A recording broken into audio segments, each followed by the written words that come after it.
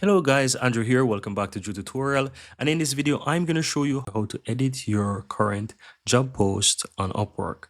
So if you have any job post that you would like to make some updates to or edit it, then you want to follow these steps to be able to do it.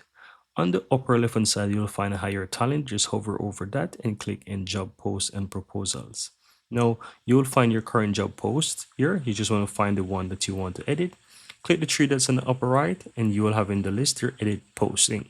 You can click on edit posting and you will be able to edit it. So here you can see right here I'm in it and I can go through the different sections of the job post, make changes to it. You can see you have the pencil icons and so forth that you can always change to make whatever changes that you want. And as you can see, once you click on the pencil icon, you can change these things. Once you're finished, just simply click on the job post. So in this case, I'm going to change the budget. So I'm going to click the pencil icon here. And let's say I want to change this to maybe 1,000, for example, right? You can simply click on save and you will see that it's there.